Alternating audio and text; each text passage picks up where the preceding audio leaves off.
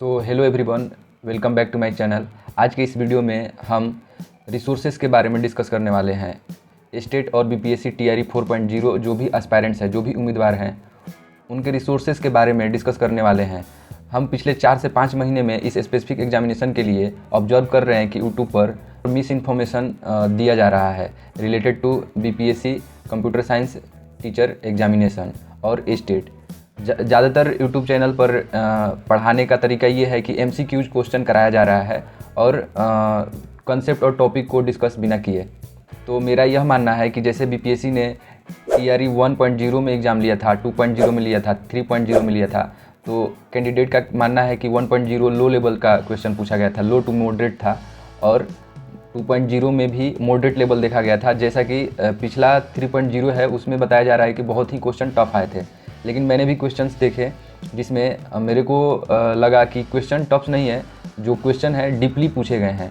Suppose अगर कोई hub या राउटर का बात कर रहा है या फिर स्विच का बात कर रहा है, तो हमें समझना चाहिए कि ये जो भी चीज़ें हैं ये नेटवर्किंग से रिलेटेड है। इनका फंक्शनैलिटी अलग अलग है, लेकिन काम जो है सेम ही करती हैं। अगर कोई लेयर के बारे में बात कर रहा है कि प्रेजेंटेशन लेयर क्या होता है, डेटा लिंक लेयर क्या होता है, तो इस चीज़ों को समझने से पहले हमको ओएसआई मॉडल को समझना होगा। ठीक वैसे ही अगर एक और एग्जांपल दे, अगर हाफ डुप्लेक्स, फुल डुप्लेक्स या फिर सिंप्लेक्स से क्वेश्चन आ रहे हैं एग्ज़ाम में, तो हमें इसके लिए पूरी तरह से तैयारी करनी होगी कि ये चीज़ें किस में आती है।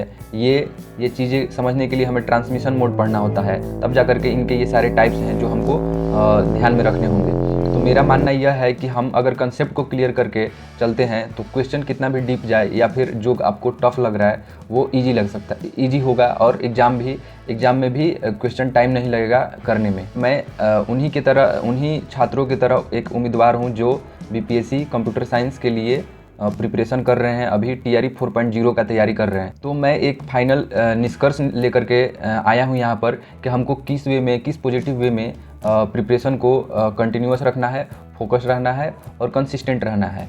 तो मेरा मानना है कि जहाँ पर आप बहुत सारे, मैं आपको यहाँ स्क्रीन पर दिखाना चाहूँगा कि बहुत सारे ऐसे उम्मीदवार हैं जो कि डिफ़िकल्टी से गुजर रहे हैं, बहुत तरह का मिस इन्फॉर्मेशन से गुजर रहे हैं, फाल्स रिसोर्सेस को फॉलो कर रहे हैं, फाल्स जो गलत इन्फॉर्मेशन दे रहे हैं वैसे यूट्यूब चैनल को फॉलो कर रहे हैं। तो बेसिकली मैं ये कहना चाहूँगा कि आप उन चैनल को फॉलो करें, आप उन सब चीज़ों पर विश्वास रखें जो वाकई में रियल इन्फॉर्मेशन को डालते हैं रिलेटेड टू अपने बीपीएससी आयोग। तो मैंने स्टेट का एग्ज़ाम के टाइम ही मैं पिछला 4-5 महीने से मैं यूट्यूब पर मैं भी ऐसे ही सर्च कर रहा था अपने रिसोर्सेज के बारे में, सिलेबस के बारे में।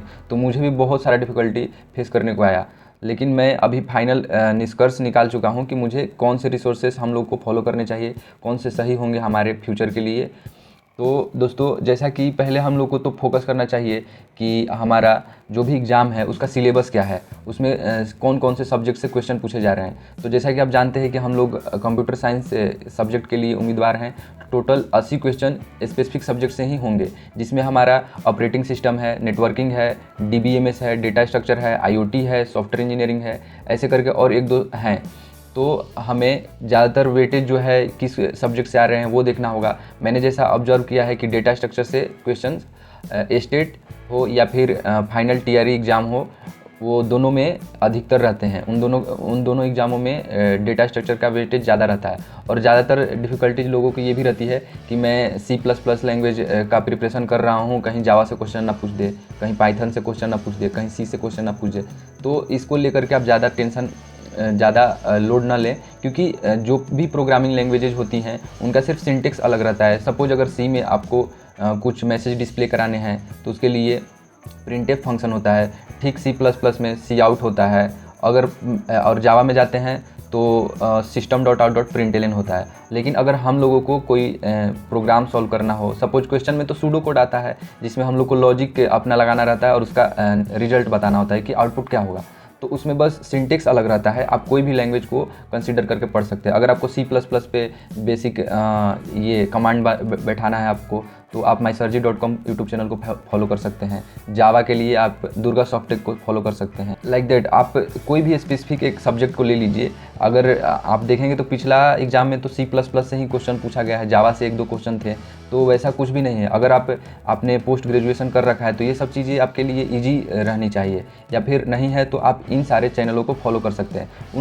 उन चैनल को अवॉइड करें जो डायरेक्ट MCQ बताते हैं। ये एक तरह का रट्टा मारना, या फिर जा करके ये अगर आप प्रिपरेशन कर भी रहे हैं तो एग्ज़ाम में क्वेश्चन आएगा तो आप गलत भी कर सकते हैं, क्योंकि आपने कंसेप्ट आपका क्लियर नहीं है, आप बस याद कर लिए हैं कि इसका क्या है उसका क्या है।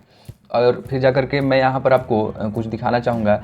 यहाँ पर मैंने कुछ रिसोर्सेज बता रखे हैं। जैसे अगर ऑपरेटिंग सिस्टम से आपको ऑपरेटिंग सिस्टम पढ़ना है तो आप इस प्लेलिस्ट को फॉलो कर सकते हैं। ये कोड हेल्प बाई बाबर करके एक चैनल है जिसके द्वारा ऑपरेटिंग सिस्टम पढ़ाया गया है। आप ये मत देखिए कि इसमें इतने सारे वीडियोज़ हैं इस प्लेलिस्ट में।